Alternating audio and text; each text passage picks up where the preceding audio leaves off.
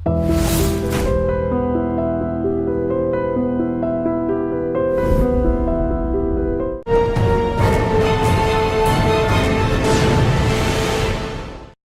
To crime diaries.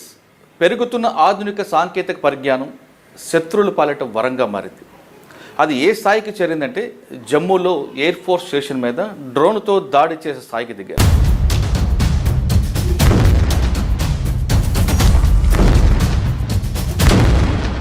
అంటే పక్కనే ఉన్న శత్రు దేశం ఇన్ని రకాలుగా భారతదేశం మీద దాడులు చేయడానికి ప్రయత్నిస్తున్నా మన సైన్యం వాళ్ళకి తిప్పి కొడుతుంది.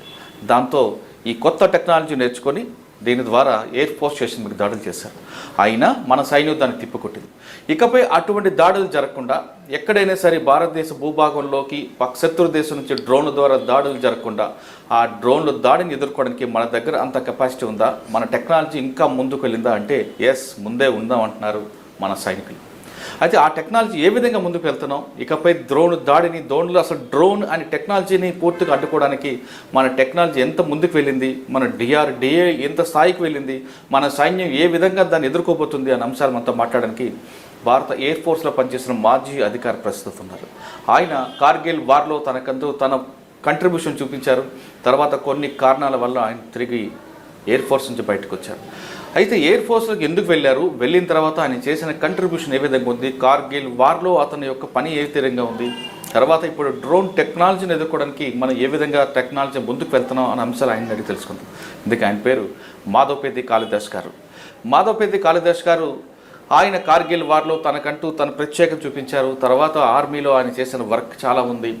తర్వాత తన తండ్రి ఆరోగ్యం రీత్యా అతను ఆర్మీ నుంచి బయటకు వచ్చినా తన టెక్నాలజీని ఎక్కడ మర్చిపోకుండా మీకు ఒక ప్రైవేట్ కాలేజీలో పనిచేస్తూ విద్యార్థులకి తన నైపుణ్యాన్ని వివరిస్తున్నారు.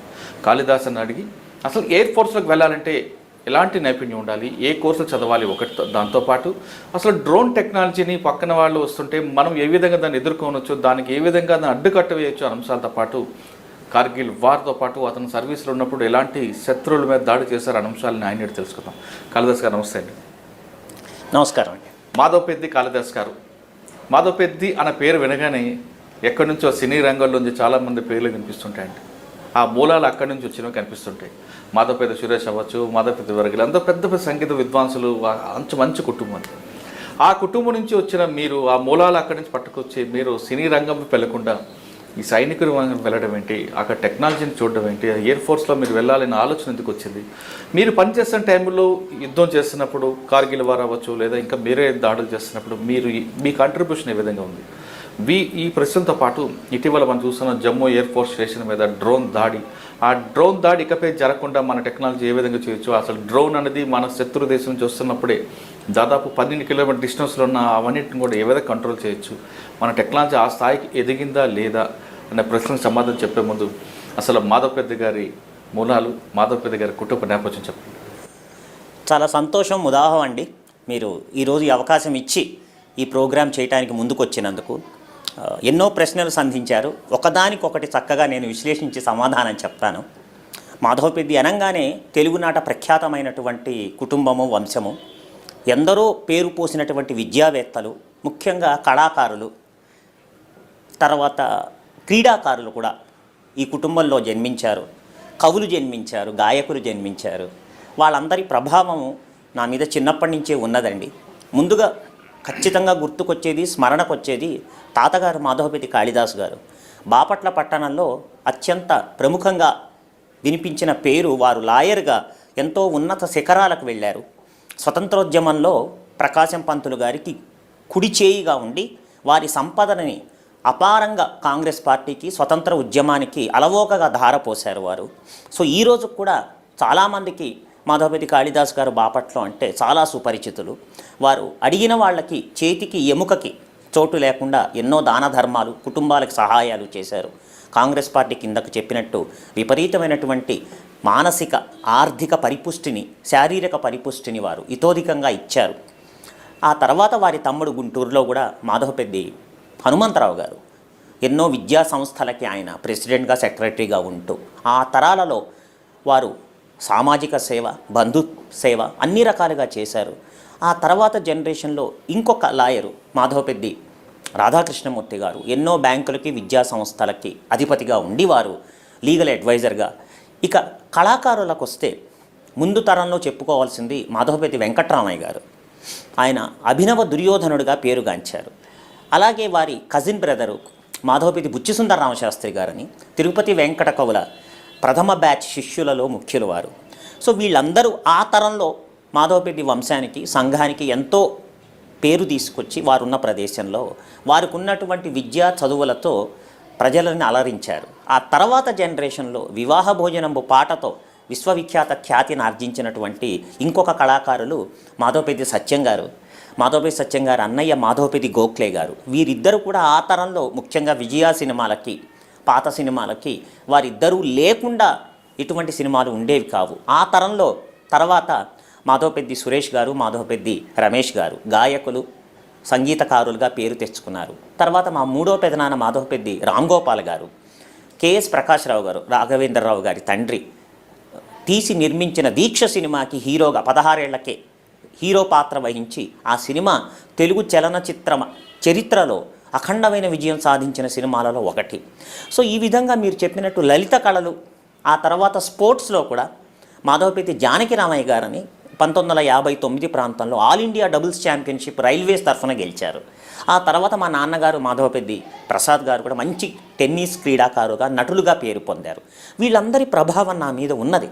సో చిన్నప్పటి నుంచి నేను వేదికలపైన అనేక mono actions, dramas, poetry competitions, ఇలా 5-6 అంశాలలో బాగా నాన్న ప్రోత్సాహము, ఈ పూర్వీకుల ప్రభావం వల్ల అనేక రంగాలలో నేను స్కూల్, ఇంటర్మీడియట్ చదివింది ఇంజనీరింగ్ స్థానిక మాతృశ్రీ ఇంజనీరింగ్ కళాశాలలో 85-89 first batch computer science engineering మాతోనే మొదలైంది. సో కంప్యూటర్ సైన్స్ ఇంజనీరింగ్లో చేరి చదువుతో పాటు టెన్నిస్, క్రికెట్ కూడా చాలా బాగా ఆడేవాడిని నేను. ఆ తర్వాత కళాశాలకి ప్రాతినిధ్యం, ఉస్మానియా యూనివర్సిటీకి ప్రాతినిధ్యం వహిస్తూ ఆ తర్వాత చదువులో కూడా ఏమాత్రం తీసిపోకుండా అన్ని రంగాలలో భగవంతుడు నా ప్రతిభా పాఠవాలని చూపించుకోవడానికి అవకాశం ఇచ్చాడు. అప్పుడు 3వ సంవత్సరం సెకండ్ సెమిస్టర్ 3-2 అంటాం కదా, అప్పుడు డక్కన్ క్రానికల్ నా మీద ఒక ఇంటర్వ్యూ ప్రచురించారు. అప్పటికి నేను మా కళాశాలకి 27 ప్రైజులు సాధించాను. మా కళాశాల తరఫున ప్రాతినిధ్యం వహిస్తూ 27 ప్రైజులు సాధించిన తర్వాత డక్కన్ క్రానికల్ ఆ ఆర్టికల్ వేసింది. ఆ తర్వాత దిగ్విజయంగా డిగ్రీ పుచ్చుకున్న తర్వాత ఎటువైపు వెళ్ళాలి, సినిమా రంగం వైపు వెళ్ళాలా లేకపోతే ఇంజనీరింగ్ డిగ్రీ చదివి దానికి ఒక సార్థకత తేవాలా అన్న మీమాంస ఉండేది. సో అన్నయ్య వాళ్ళు వీళ్ళందరూ అప్పటికే మెడ్రాస్లో సురేష్ అన్నయ్య, రమేష్ అన్నయ్య సెటిల్ అయిపోతే వెళ్ళాను. మీరు చెన్నై వెళ్ళారు, అక్కడ మీకు సో ఇంజనీరింగ్ డిగ్రీ వచ్చిన వెంటనే నా ముందు 2 ఆప్షన్స్ ఉన్నాయి. భగవంతుడు ఇచ్చినటువంటి ఈ లలిత కళను ఉపయోగించుకొని దాని ద్వారా నేను ఒక కెరియర్ని స్టార్ట్ చేయాలా లేకపోతే ఉద్యోగం కోసం ప్రయత్నించాలా. కంప్యూటర్ సైన్స్ అండ్ ఇంజనీరింగ్ అనేటప్పటికీ న్యాచురల్గా ఈరోజు అంటే డౌన్ ద లైన్ దాదాపు 32 ఏళ్ళు అయింది నేను డిగ్రీ సాధించి. ఆ రోజుల్లో ప్రత్యేకంగా సాఫ్ట్వేర్ కంపెనీస్ అంటూ ఏమీ లేవు. సత్యం కంప్యూటర్స్ అప్పుడప్పుడే స్టార్ట్ అయింది. సో దానికి ఒకటే ప్రత్యామ్నాయం ఉండేది, అమెరికా వెళ్ళి ఎంఎస్ చేయడానికి. అయితే కొంచెం ఆర్థిక వనరులు కాస్త ఇబ్బందిగా ఉండి 2 కొడుకుల్ని ఇంజనీరింగ్ చదివించేటప్పటికి నాన్నగారు ఆర్థిక పరిస్థితి కొంచెం ఇబ్బందిగా ఉండేది. సో అప్పుడే నిర్ణయించుకున్నాను ఏదైనా ఉపాధి వెతుక్కుంటే బాగుండు. సరే, ఈ ఇన్స్టింక్ట్ లోపల ఉండి దాదాపుగా మంచి పేరు, అంటే చిన్న వయసులోనే దాదాపుగా 14 ఏళ్ల నుంచి 21 వయసులో ఈ 5-6 ఏళ్లలో లలిత కళల్లో మంచి పేరు, అప్లాస్, చప్పట్లు, ప్రోత్సాహాలు లభించేటప్పటికీ మనకి ఏదైనా మంచి పేరు, అవకాశాలు వస్తాయని మెడ్రాస్ వెళ్ళటం, సురేష్ అన్నయ్య వాళ్ళ దగ్గర మాధవపతి సత్యం గారి ఇంట్లో ఉండటం ప్రయత్నించిన తర్వాత ఎందుకో వ్యక్తిగతంగా సినిమా పరిశ్రమ యొక్క అక్కడ ఉన్నటువంటి పద్ధతులు కానీ అవి అంత నచ్చలేదు నాకు. అంటే అలా కొన్నాళ్ల పాటు అన్నిటినీ వదిలేసి ఏకదీక్షతో ప్రయత్నం చేస్తే అది నీకు అవకాశం వరించవచ్చు, లేకపోతే లేదు. టాలెంట్ తర్వాత ముందు అవకాశం లభించడం అనేది గొప్ప విషయం. ఎందుకంటే మొత్తం బిజినెస్సే అక్కడ. ఇతన్ని పెట్టుకుంటే, ఈ అమ్మాయిని మనం ఏదన్నా తీసుకుంటే మనకి ఎక్కడైనా లాభం వస్తుంది, అంతవరకే. అయితే ఎవ్వరూ రిస్క్ తీసుకోవడానికి ప్రయత్నించరు, ఎందుకంటే లక్షలు కోట్లలో ఉండే వ్యవహారం. సో ఎక్కడైనా 1, 2, 3, 4 చిన్న అవకాశాలు వచ్చి ఎస్ ఇతను ఫలానా బాగుంది అన్నది ఒక ఫ్రేమ్లో కానీ ఒక రీల్లో కానీ కనపడగలిగితే అదొక బ్రేక్ త్రూ. సో ఆ బ్రేక్ వచ్చేటప్పటికి అది కొంతమందికి నెల రోజుల్లోనే వస్తుందా లేకపోతే 4 ఏళ్ళు పడుతుందా, ఇవన్నీ ప్రశ్నార్థకాలు. అవి చూసిన తర్వాత అర్థమైంది నాకు, ఓహో ఇది అంత సులభమైంది కాదు. టాలెంట్ ఒకటే కాదు, అదృష్టం కూడా వరించాలి. సరే, నెక్స్ట్ ఆప్షన్ ఏంటి? నెక్స్ట్ ఆప్షన్ ఎక్కడైనా మనం వెంటనే జాబ్ వెతుక్కోవాలి. సో ఒక రకంగా భగవంతుడు నాకు మంచి మెమరీ ఇచ్చాడు. 1-2 సార్లు చదివితే ఏదైనా మర్చిపోకుండా, అంటే ఏకసంతాగ్రాహి అంటారేమో, దాదాపు అదే కోవకి. సరే అని చెప్పి సివిల్ సర్వీసెస్ రాశాను. సివిల్ సర్వీసెస్ రాస్తే ఫస్ట్ అటెంప్ట్లోనే క్లియర్ అయ్యాను. అయితే సెకండ్ అటెంప్ట్ మెయిన్స్ అంటాం కదా, మెయిన్స్కి మళ్ళా కొంచెం లలిత కళలు ఇవి నాటకాలు వేయటం, కొన్ని స్క్రిప్ట్స్ రాయటం అసిస్టెంట్గా, కొంచెం మళ్ళీ ఆ డీవియేషన్ వచ్చింది. అందువల్ల మెయిన్స్కి కావాల్సినటువంటి ప్రిపరేషన్ సరిపోలేదు. సో ఎట్లా మరి? అందుకని ఇట్లా కాదులే అని చెప్పి అప్పుడు చూస్తే ఇండియన్ ఎయిర్ ఫోర్స్ వాళ్ళది యూనివర్సిటీ ఎంట్రీ స్కీమ్ అని ఒక అడ్వర్టైజ్మెంట్ పడ్డది. అంటే యూనివర్సిటీ అంటే దాదాపుగా 3వ సంవత్సరం 4వ సంవత్సరం వెంటనే అప్లై చేయటము. అప్లై చేస్తే అది సర్వీస్ సెలెక్షన్ బోర్డ్ అంటారు. ఈరోజు కూడా అదే, ఎయిర్ ఫోర్స్ కానీ ఆర్మీ కానీ నేవీ కానీ. అయితే అసలు చాలామందికి తేడా ఏమిటన్నది నేను వివరించి చెప్తాను. వీటిని సామాన్యుల పరిభాషలో మిలిటరీ అంటారు, కొంచెం టెక్నికల్గా వెళ్తే ఆర్మ్డ్ ఫోర్సెస్ అంటారు. అంటే దేశాన్ని యొక్క సరిహద్దుల్ని నేల ద్వారా, అంటే భూభాగం ద్వారా, వాయు మార్గం ద్వారా, నీళ్ళ చుట్టూ ఉన్న నీరు, సముద్రం ద్వారా దేశం యొక్క సార్వభౌమాధికారాన్ని, సమగ్రతని శత్రు దేశాల నుండి రక్షించటం అన్నది ప్రథమ కర్తవ్యం. ఈ 3 వింగ్స్. ఆర్మీ అన్నది నేల మీద పోరాటం చేస్తుంది. మనది శాంతి కాముక దేశం. మనం ఏ రోజు ఏ దేశం మీదకి యుద్ధం మనంతట మనగా వెళ్ళలేదు. అలెగ్జాండర్ మొదలుకొని ఈ దుష్ట నీచమైన చైనా, పాకిస్తాన్, మొన్న జరిగినటువంటి గాల్వాన్ లోయ వరకు కూడా చూస్తే ఇన్ని వందల ఏళ్లలో ఎక్కడ భారతదేశము తన మర్యాద పరిధిని, తన పద్ధతిని దాటి ముందుకు వెళ్ళిన సందర్భాలు లేవు.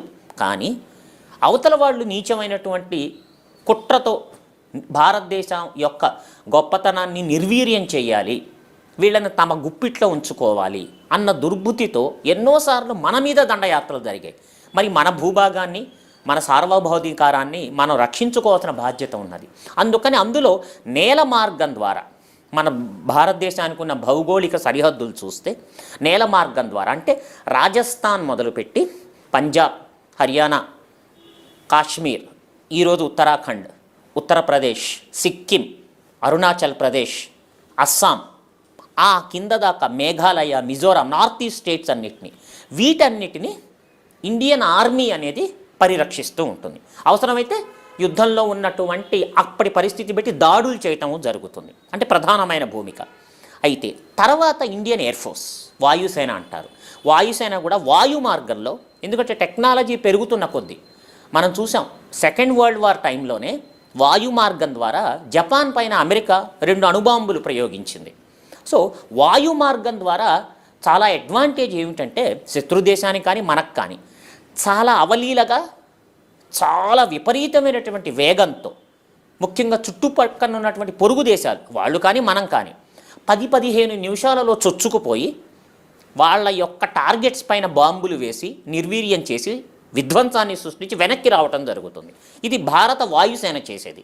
అలాగే వాళ్ళ తరఫు నుంచి, భారత వాయుసేన తరఫు నుంచి కూడా వాళ్ళు చొచ్చుకొని వచ్చినప్పుడు వాళ్ళను అవలీలగా ఎదుర్కొని తరిమేయటం జరుగుతుంది. ఇది భారత వాయుసేన ప్రధాన భూమిక. ఇక మిగిలింది భారత నావికాదళం, ఇండియన్ నేవీ అంటారు. అపారమైనటువంటి జల సంపద ఉన్నది మనకి.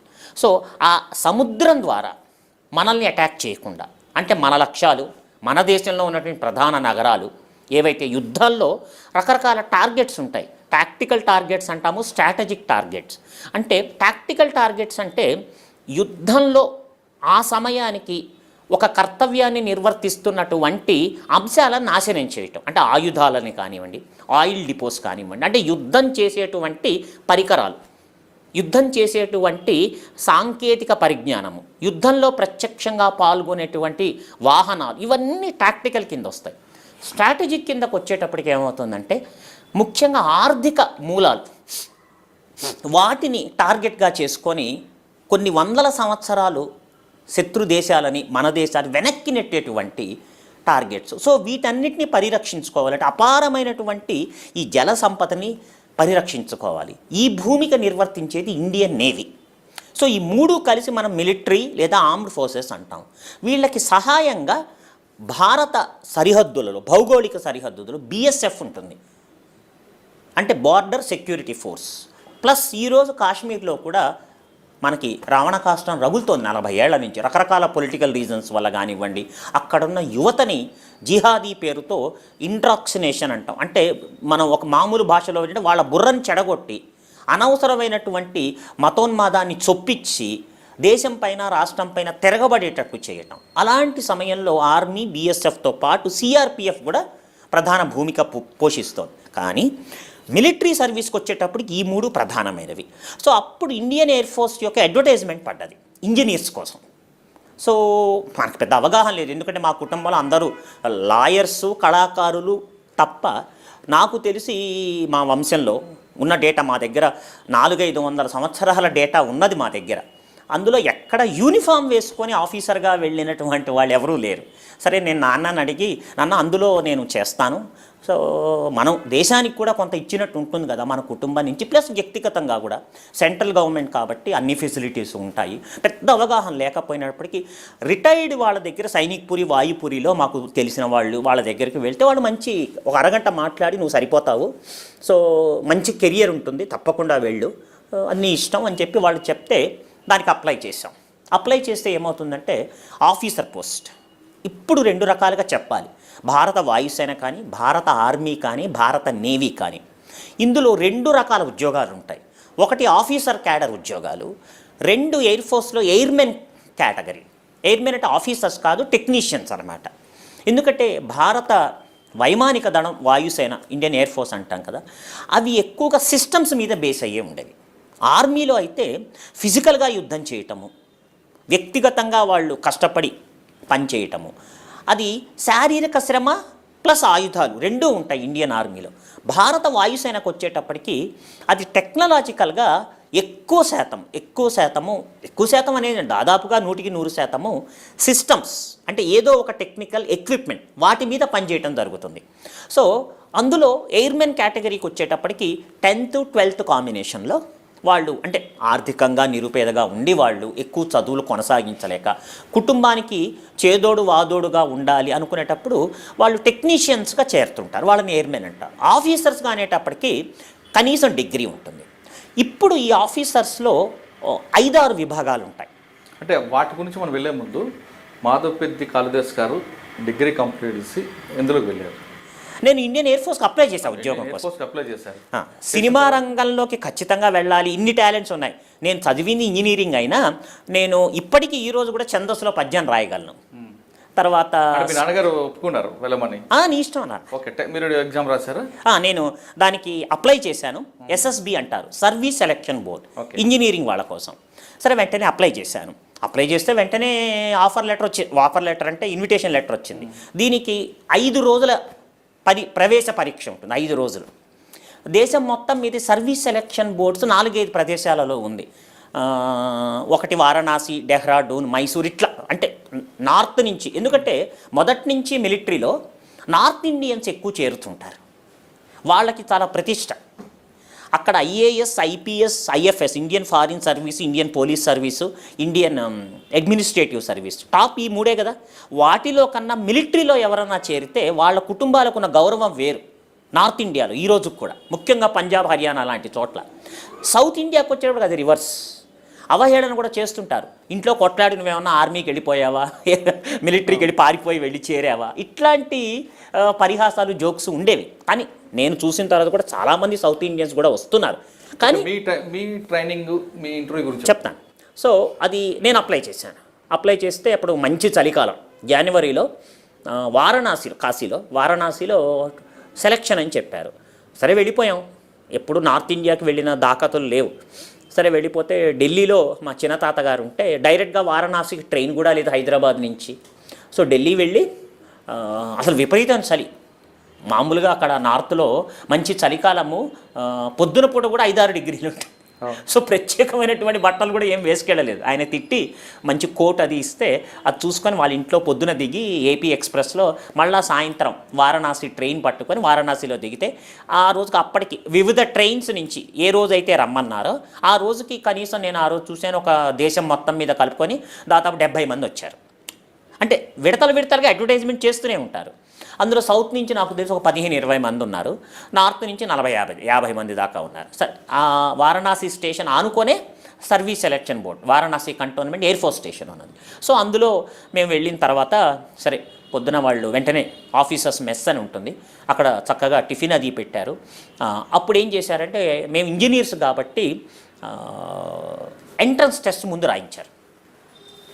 అది ఎంట్రన్స్ టెస్ట్ ఎక్కువ శాతం ఎలక్ట్రానిక్స్ క్వశ్చన్స్ ఉన్నాయి. మేము చదివింది కంప్యూటర్ సైన్స్ కదా, కానీ కంట్రీలో నాకు తెలిసి 84-88లోనే ఐఐటి కాన్పూర్ నుంచే కంప్యూటర్ సైన్స్ డిగ్రీ ఉంది. ఆ తర్వాత దేశం మొత్తం 85-89 నుంచి. సో ఎక్కువ సబ్జెక్ట్ కంప్యూటర్స్కి సంబంధించినవి ఉన్నాయి. కానీ మా బ్యాచ్లో మొదట 5-6 బ్యాచెస్లో ఎలక్ట్రానిక్స్ సబ్జెక్ట్స్ కొంచెం ఎక్కువ ఉన్నాయి. అందువల్ల కొంచెం ఎలక్ట్రానిక్ సబ్జెక్ట్స్ యొక్క పరిజ్ఞానం కాస్త వంట పట్టింది. సో కొంచెం అవలీలగానే రాయగలిగాను, పర్వాలేదు, సంతృప్తికరంగా రాశాను. సో ఆ మర్నాడు ఏం చేశారు వాళ్ళు, వెంటనే ఎవరైతే వచ్చారో 70 మందిలో ఒక 48-50 మంది సెలెక్ట్ అయ్యారని, ఒక 20 మంది సెలెక్ట్ కాలేదు, మిగతా వాడు వెళ్ళిపోవచ్చు అన్నారు. ఓహో, మొదటి మెట్టు దాటాం. 48లో కొంచెం లోపల బెరుగ్గానే ఉండేది. ఎక్కువ ఎలక్ట్రానిక్స్ ఎలక్ట్రికల్గా అడిగారు, కంప్యూటర్ సైన్స్ చాలా తక్కువ. 50 మార్కుల క్వశ్చన్ పేపర్లో కంప్యూటర్ సైన్స్కి ప్యూర్గా సాఫ్ట్వేర్ కానీ హార్డ్వేర్కి హార్డ్వేరు ఎలక్ట్రానిక్స్ రెండు దగ్గరగానే ఉంటాయి. సాఫ్ట్వేర్కి సంబంధించినటువంటి ప్రశ్నలు మేనేజ్మెంట్ ఇన్ఫర్మేషన్ సిస్టమ్స్ కానీ, ప్రోగ్రామింగ్ లాంగ్వేజెస్ కానీ, ఎల్గారిథమ్ అనాలిసిస్ అండ్ డిజైన్ కానీ, ఈరోజు ఏదైతే మనం కంప్యూటర్ సైన్స్ చాలా తేడా ఉంది అప్పటి సిలబస్కి ఇప్పటికి. So first stage return exam clear అయ్యాం. ఇప్పుడు ఏం చేశారంటే చాలా ముఖ్యంగా యాప్టిట్యూడ్ టెస్ట్ పెట్టారు. ఇది చాలా ముఖ్యం. అంటే OLQ అంటారండి మిలిటరీలో, ఆఫీసర్ లైక్ క్వాలిటీస్. అంటే వాళ్ళ లీడర్షిప్ బాగుందా, తర్వాత వాళ్ళ యొక్క యాప్టిట్యూడ్ బాగుందా, యాటిట్యూడ్ బాగుందా. ఈరోజు బ్యాంక్ రీజనింగ్ ఎగ్జామ్స్ అంటారు. ఈరోజు సాఫ్ట్వేర్ కంపెనీస్ ఎవరినైతే తీసుకుంటున్నారో వాళ్ళు ఖచ్చితంగా ఈ యాటిట్యూడ్ అండ్ యాప్టిట్యూడ్ టెస్ట్ ఏవైతే ఉన్నాయో వాటిని కంపల్సరీగా పెడుతున్నారు. సో అవి ఏం చేశారు, ఒక 2 రోజుల పాటు, అంటే పొద్దున సాయంత్రము, మళ్ళా పొద్దున సాయంత్రము, ఇట్లా 1.5 రోజు పాటు 3-4 రకాలుగా యాప్టిట్యూడ్ టెస్ట్ మీద క్వశ్చన్ పేపర్ ఇచ్చారు. చాలా టఫ్గా ఉండేవి. ఉదాహరణకు చెప్తాను, ఒక ప్రాబ్లం నేను ఎలా సాల్వ్ చేశాను. ఒక కాగితాన్ని ఇలా 5 మడతలు పెడితే అది ఏ షేప్ వస్తుందని అడిగారు. ఎట్లా తెలుస్తుంది? సరే అని చెప్పి ఆ ఇచ్చిన క్వశ్చన్ పేపర్ని నేను ఒక 5 మడతలు పెట్టి దాన్ని విప్పి ఏ షేప్ వస్తుందో చూసి పెట్టాను. తర్వాత ఇన్స్ట్రక్టర్ అన్నాడు, నీ ఒక్కడిదే కరెక్ట్ అయింది ఆన్సర్, ఎలా చేసావంటే చెప్పాను. సరే, ఎక్కడో స్ట్రైక్ అయింది కొంచెం వెంటనే. అంటే వాళ్ళకి ఆ ఇన్స్టింక్ట్ ఇంటెలిజెన్స్ కావాలి. అంటే ఒక విషమ సమస్య వచ్చినప్పుడు నువ్వు ఎలా పరిష్కరిస్తావు, ఇవి చాలా ముఖ్యం వాళ్ళకి. ముఖ్యంగా మిలిటరీలోకి వచ్చేటప్పటికి ఎదురుగా ఏ ఆయుధ వ్యవస్థ వస్తుందో తెలియదు మనకి. సమయాన్ని బట్టి చెప్తాను, మొన్న 27వ తారీఖు నాడు ఫిబ్రవరి 2 ఏళ్ల క్రితం బాలాకోట్ మీద మన వాయుసేన అద్భుతంగా టెర్రరిస్ట్ క్యాంప్స్ మీద అటాక్ చేసి దాదాపు 300 మందిని చంపేశారు. సో దానికి ప్లానింగ్ ఎంత అద్భుతంగా వర్కౌట్ అయింది. చాలా మనకి సమయాభావాన్ని బట్టి మనం డిస్కస్ చేద్దాం. మనం ముందు మీ గురించి వెళ్దాం. సో అలా క్లియర్ అయిపోయిన తర్వాత 3 రోజులు అయింది. 3 రోజులు అయిన తర్వాత ఒక రోజు ఏం చేశారు అంటే వాళ్ళు రాసుకుంటూ పోతున్నారు. సో 3 రోజులు అయిన తర్వాత ఏం చేశారు, ఫిజికల్ టెస్టులు పెట్టారు. అంటే శరీర దారుఢ్యం కొంచెం, అంటే ఈ పోల్ వాల్స్ ఎలా ఉంటాయి, చెట్టు ఎంత బాగా దిగ్గలవు, గుంటల్లోంచి ఎలా వస్తాయి, తర్వాత తనకున్న పరికరాలలో కొన్ని రకాల ఒక బ్రిడ్జ్ లాంటివి నువ్వు కట్టాలి. సో ఈ యాప్టిట్యూడ్ టెస్ట్లు అవి అయిన తర్వాత దాదాపు 3-3.5 రోజులైంది. సో ఫిజికల్గా మనం ఎలా కేవలము ఏదో ఎగిరి దూకటాలు పరిగెత్తటాలు అలాంటివి కాకుండా హర్డిల్స్ లాగా పెట్టి వీటిని ఎలా సాల్వ్ చేస్తారు. ఇచ్చిన ఎక్విప్మెంట్ అంటే ఒక తాడు ఉంటుంది, ఒక చిన్న నెట్ ఉంటుంది, 2 చెక్క బిల్ల, అంటే పూర్తిగా ఇవ్వకుండా అక్కడున్న పనిముట్లు ఒక 60% ఇచ్చి దీని నుంచి మీరు ఈ సమస్యను ఎలా అధిగమిస్తారు, అంటే వాళ్ళు నీ యొక్క గ్రహణ శక్తి ఎలా ఉన్నది, ఎంత చురుగ్గా ఉన్నది నీ బుర్ర అన్నది బాగా టెస్ట్ చేస్తారు. సో అవన్నీ సక్సెస్ అయిన తర్వాత చివరి రోజున ఇంటర్వ్యూ. దాదాపుగా పొద్దున బ్రేక్ఫాస్ట్ అయిన తర్వాత 9ంటికి మొదలైంది. 9ంటికి మొదలై 1.5 సేపు 5 ఆఫీసర్స్ 4 ఉన్నారు. వాళ్ళు 1.5-2 గంటల సేపు ఇంటర్వ్యూ చేశారు. మొత్తం అసలు ఫ్యామిలీ బ్యాక్గ్రౌండ్ ఒకటి, ఎందుకు నువ్వు ఎయిర్ ఫోర్స్లోకి రావాలనుకుంటున్నావు, ఈ రకమైన సమస్య వస్తే నువ్వు ఎలా అధిగమిస్తావు, సో నువ్వు ప్రతికూల వాతావరణంలో పనిచేయడానికి సిద్ధంగా ఉన్నావా, ముఖ్యంగా బార్డర్స్కి వెళ్ళేటప్పుడు, ఎందుకంటే సౌత్ నుంచి వచ్చావు, ఎక్కువ వింటర్ చూసి ఉంటావు. ఇట్లా వాళ్ళు గ్రిల్లింగ్ అంటాం కదా, ఎన్ని రకాలుగా చేయగలిగారో చేశారు. చేసిన తర్వాత సాయంత్రం 4 రిజల్ట్స్. మొత్తం మేము ఆ రోజు బ్యాచ్లో మీరు చెప్పినట్టు మొత్తం 70 మంది వస్తే ఒక 22 మందిని సెలెక్ట్ చేశారండి. అందులో నాది మెరిట్లో 4వ పేరు. సో ముందు మంచి సెలెక్షన్ వచ్చేసింది. సో అక్కడి నుంచి రిజర్వేషన్లు ఏం దొరకవు కదా ఆ రోజు మనకి. అప్పుడు ఎన్నేళ్ళని 22. సో వెంటనే ఎక్కడో బెజవాడ పోతున్నటువంటి ట్రైన్ పట్టుకొని అది వరంగల్లో దిగి మళ్ళీ హైదరాబాద్ పట్టుకొని చాలా సంతోషం. ఆ తర్వాత ఒక 2 నెలల తర్వాత మెడికల్ టెస్ట్కి రమ్మన్నారు. మెడికల్ టెస్ట్ అయిన తర్వాత బాగానే ఉన్నాయి కానీ డిఎన్ఎస్ లెఫ్ట్ ఉందన్నారు. అంటే లోపల ముక్కులో కొంచెం తేడా అనమాట. ఇది నువ్వు ఆపరేషన్ చేయించుకొని వస్తే కానీ కుదరదన్నారు. చాలామంది నిరుత్సాహపరిచారు. ఎందుకు ఆపరేషన్ చేసుకొని ఉద్యోగంలో చేరాల్సినంత అవసరం ఉంటుందా అంటే కాదు నేను చేసుకుంటానని చెప్పి పట్టుబట్టి. సో ఇప్పుడు మలక్పేట యశోద ఉన్న స్థానంలో సత్య హాస్పిటల్ అని ఉండేది. సో అక్కడ ఆపరేషన్ చేసుకొని మళ్ళీ 2వ మెడికల్ బోర్డుకు వెళ్ళి సెలెక్ట్ అయ్యి వెంటనే వాళ్ళు ఆఫర్ ఇచ్చారు. ఆఫర్ ఇస్తే సెప్టెంబర్ బెంగళూరులో ట్రైనింగ్, అది ఏరోనాటికల్ ఇంజనీరింగ్ ట్రైనింగ్. అందులో ఏరోనాటికల్ ఇంజనీరింగ్లో మెకానికల్ స్ట్రీమ్ అంతా కొంతమంది ఉంటారు, ఎలక్ట్రానిక్ స్ట్రీమ్ అంతా కొంతమంది ఉంటారు.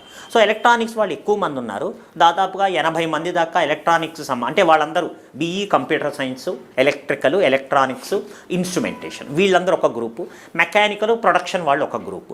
కామన్గానే ఉండేవి కానీ ఎవరి సబ్జెక్ట్స్ వాళ్ళకు ఉండేవి. మెకానికల్ వాళ్ళకి ముఖ్యంగా ఎయిర్ ఫోర్స్ అనేటప్పటికీ విమానాలు, వాటి మెయింటెనెన్స్, ఇందులో ఫైటర్ విమానాలు ఉంటాయి, రవాణా విమానాలు ఉంటాయి, అన్ని రకాలు ఉంటాయి. అంటే బేసిక్స్ అంతా చెప్పేవాళ్ళు ట్రైనింగ్లో.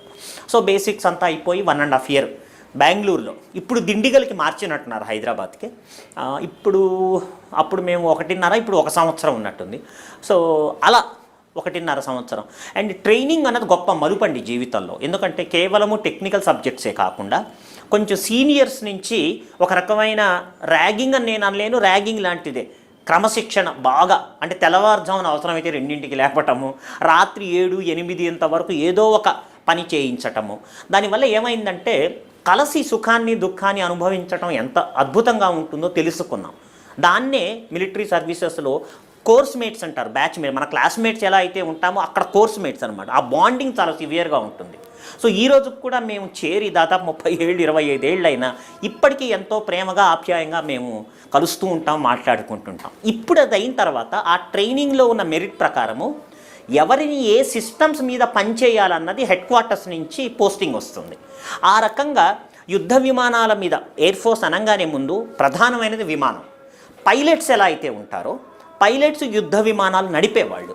సో చాలామంది అనుకుంటారు ఎయిర్ ఫోర్స్ అనగానే మేము యుద్ధ విమానాలు నడుపుతామని. ఆ ఎంట్రీ వేరు. అది ముఖ్యంగా ఎన్డీఏ అంటారు, national defence academy. 12th class intermediate తర్వాత దానికి అప్లై చేసి మెరిట్ ప్రకారం అంతా ఎటువంటి రికమెండేషన్స్ ఏమీ ఒప్పుకోరు. ఈ 12th తర్వాత వాళ్ళు ఎన్డీఏ నేషనల్ డిఫెన్స్ అకాడమీకి 3 ఏళ్ళు సెలెక్ట్ అయ్యి పూనా దగ్గర ఖడక్ వాసలా అని ఉంది. వన్ ఆఫ్ ద బెస్ట్ అనమాట, ప్రపంచం మొత్తం మీద అత్యున్నతమైనటువంటి ట్రైనింగ్ ఇన్స్టిట్యూట్. అక్కడి నుంచి వాళ్ళు తర్వాత ఏ విమానాల మీద వాళ్ళు తర్ఫీదు పొందాలో ఒక 2-3 ఏళ్ళు తర్ఫీదు ఉంటుంది. అప్పుడు వాళ్ళు ఇండిపెండెంట్గా ఎంతో ట్రైనింగ్ ఉంటుందండి వాళ్ళకి. ఎంతో రోజు యుద్ధం మీద మనం ప్రాక్టీసులు చేస్తూనే ఉంటారు వాళ్ళు. వాళ్ళకి నేను ఇంజనీర్, నేను పైలట్ కాదు. మన ప్రేక్షకులకి విద్యార్థులకి నేను క్లారిటీ ఇస్తున్నాను. యుద్ధ విమానాలు నడిపే వాళ్ళని పైలట్స్ అంటారు. వాళ్ళ సెలెక్షన్ వేరే ఉంటుంది. 80 గురించి చెప్పండి. సో నేను ఇంజనీరింగ్ కాబట్టి ఇంజనీరింగ్ దాంట్లో ఏరోనాటికల్ ఇంజనీరింగ్ అయిన తర్వాత నేను పోస్టింగ్ వెళ్ళాను. నేను ఆగ్రాకి పోస్టింగ్లో వెళ్ళిన, చాలా పెద్ద బేస్ ఆగ్రాలో. అక్కడ ఏం చేశారు, ఆగ్రా, ఓకే, ఉత్తరప్రదేశ్లో. సో చాలా పెద్ద ఎయిర్ ఫోర్స్ స్టేషన్. సో అక్కడ ఉన్నటువంటి సిస్టమ్స్ ఏవైతే ఉన్నాయో నాకు ముందుగానే వాళ్ళు ఆలోచించి ఒక్కొక్క ఎయిర్ ఫోర్స్ స్టేషన్లో రకరకాల విమానాలు, రకరకాల ఎక్విప్మెంటు ఉంటాయన్నమాట. సో వాటి మీద మళ్ళీ ట్రైనింగ్ ఇస్తారు. అలా సో విమానాలలో పనిచేస్తున్నటువంటి కొన్ని లేటెస్ట్ సిస్టమ్స్ మీద ప్రత్యేకంగా ట్రైనింగ్ ఇచ్చారు నాకు. సో ట్రైనింగ్ ఇచ్చినందువల్ల అవి డైలీ మెయింటెనెన్స్ అన్నమాట. ఇంజనీర్ల ప్రధాన భూమికి ఎక్కడొస్తుందంటే విమానం కానివ్వండి, రాడార్స్ కానివ్వండి, మిజైల్స్, ఇట్లా రకరకాల సిస్టమ్స్ మీద వాళ్ళని అక్కడ పోస్టింగ్ ఇస్తే వాటి మీద మళ్ళీ 3 నెలల నుంచి 6 నెలల వరకు మళ్ళీ ప్రత్యేకమైన ట్రైనింగ్ ఇస్తారు. అంటే మీరు బెంగళూరు ట్రైనింగ్ అయిన తర్వాత ఆగ్రా ట్రైనింగ్ వెళ్ళారు? అంతేనండి. ఆగ్రాలో 6 months అండి. 3 నెలల నుంచి 6 months 2-3 సిస్టమ్స్ మీద ట్రైనింగ్. ఆగ్రా తర్వాత ఎక్కడికి వచ్చారు? అక్కడే ఉన్నాను చాలు. అంటే నార్మల్గా ట్రైనింగ్ ఎప్పుడు ఇస్తారు, ఒక ఎయిర్ ఫోర్స్ స్టేషన్కి వెళ్ళిన తర్వాత అక్కడ ఉన్నటువంటి సిస్టమ్ ఏదైతే ఉంటుందో, దేని మీద అయితే నేను పని చేయాలో, నాలాంటి వాళ్ళు పని చేయాలో వాళ్ళకి మళ్ళీ ఎక్స్ట్రా ట్రైనింగ్ ఉంటుంది. మిలిటరీ దాంట్లో ఎప్పటికప్పుడు సిస్టమ్స్ వస్తున్న కొద్దీ ట్రైనింగ్స్ అవుతూనే ఉంటాయి, ఒక రోజుతో అయ్యేది కాదు. మీరు ఆగ్రాలో ఒక సిస్టమ్ మీద ఒక పర్టికులర్ సిస్టమ్ మీద 6 నెలలు ట్రైనింగ్ తీసుకొని తర్వాత అక్కడే మీరు కంటిన్యూ అక్కడే కంటిన్యూ అదే సిస్టమ్ మీద. ఓకే. ఇప్పుడు అంటే మీరు అసలు ఎప్పుడు ఎయిర్లోకి వెళ్ళారు? ఎయిర్లో కంటే అంటే మీరు పైలట్గా వెళ్ళారు? నేను పైలట్, నేను ఇంజనీర్. మీరు ఇంజనీర్ అయినా ఎయిర్లోకి వెళ్ళి ఏదో వార్ చేయడానికి దానికి ఎంత టైం పట్టింది? నేను వార్ చేయడం అనేది ఉండదండి, కేవలం పైలట్సే యుద్ధ సమయంలో, ఎందుకంటే రోజు ప్రాక్టీస్ చేస్తుంటారు. ఇంజనీర్ల భూమిక ఏమిటంటే ఎవరైతే విమానాల మీద ట్రైనింగ్ అవుతారో పైలట్స్కి రోజు ఫ్లయింగ్ ఉంటుంది, వాళ్ళకి ఇన్ని గంటలు ఎగరాలి అన్న నియమం ఉంటుంది. అవి ఎగరాలంటే విమానాల సర్వీసింగ్ చాలా పర్ఫెక్ట్గా ఉండాలి. ఆ విమానాల సర్వీసింగ్ పర్ఫెక్ట్గా ఉండాలి అంటే ఆ విమానాల మీద ట్రైనింగ్ అయి ఉండాలి, మెయింటెనెన్స్ ట్రైనింగ్. సో ఆఫీసర్స్ అనేటప్పటికీ వాళ్ళు ఒకళ్ళు ఇందాక చెప్పినట్టు మెకానికల్ వాళ్ళు, ఎలక్ట్రానిక్స్ వాళ్ళు ఉంటారు. ఒక విమానంలో 5-6 వ్యవస్థలు ఉంటాయి, ముఖ్యమైనది ఇంజిన్ వ్యవస్థ. దీని మీద మెయింటెనెన్స్ ఎక్కువగా ఏరోనాటికల్ మెకానికల్ ఇంజనీర్స్ చూసుకుంటారు, వీళ్ళందరినీ టెక్నికల్ ఆఫీసర్స్ అంటారు. ఎలక్ట్రానిక్స్ వాళ్ళు వచ్చేటప్పటికి అందులో ఉన్నటువంటి instruments, electrical systems, communication, latest విమానాలు అయితే digital fly by wire systems అంటారు. అంటే డిజిటల్ బేస్ చేసుకొని కంప్యూటర్ హార్డ్వేర్ చేసుకొని దాంతో పైలట్ మాన్యువల్గా ఆపరేట్ చేసే బదులు వాళ్ళకి డిజిటల్ హార్డ్వేర్ ఇంటర్ఫేసెస్ ఉంటాయి, మన కీబోర్డ్స్ లాంటివి, డిస్ప్లే లాంటివి, హెడ్ అప్ డిస్ప్లే. ఇప్పుడు ఇవాళ రేపు కార్లలో కూడా వచ్చేస్తున్నాయి. మోరార్లెస్ అటువంటి డిస్ప్లేస్ చాలా సొఫిస్టికేటెడ్వి పైలట్స్కి ఉంటాయి, వాటన్నిటి మెయింటెనెన్స్ ఉంటుంది.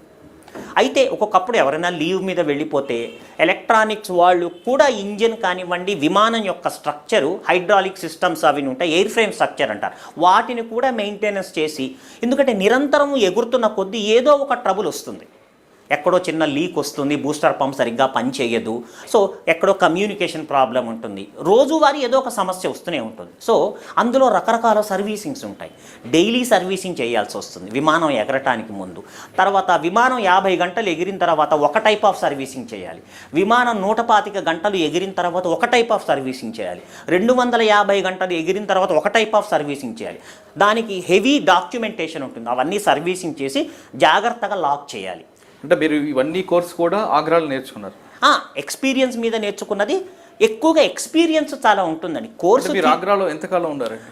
6-7 ఏళ్ళు ఉన్నానండి. అదే సిస్టమ్ మార్చుకుంటూ అప్డేట్ చేస్తారు? దాదాపు అదే సిస్టమ్స్. ఓకే. సొఫిస్టికేటెడ్ సిస్టమ్స్ మీద ట్రైనింగ్ అయితే నార్మల్గా 2-3 ఏళ్ళకి పోస్టింగ్స్ ఇచ్చేస్తారు, కానీ ఏదన్నా కాంప్లెక్స్ సిస్టమ్ మీద ట్రైనింగ్ ఇచ్చి అందులో నా పై అధికారులు ఎవరైతే ఓకే ఇతను బాగా పనిచేస్తున్నాడు ఈ సిస్టమ్ మీద అన్నది గనక వాళ్ళకి reports every year confidential reports పంపిస్తే సాధ్యమైనంత వరకు ఒకచోటే ఉంచుతారు, అదొక అదృష్టం. సార్ మీరు నేర్చుకున్న కోర్సులో ఆగ్రాలో ఆ సిస్టమ్ సంబంధించిన ఎక్కడైనా బయటకు పంపించారా మీకు? బయటకు అంటే ఫస్ట్ అనుకున్నారు సిస్టమ్ నేర్చుకుంది ఎక్కడ మీ అవసరం పడిందా బయట?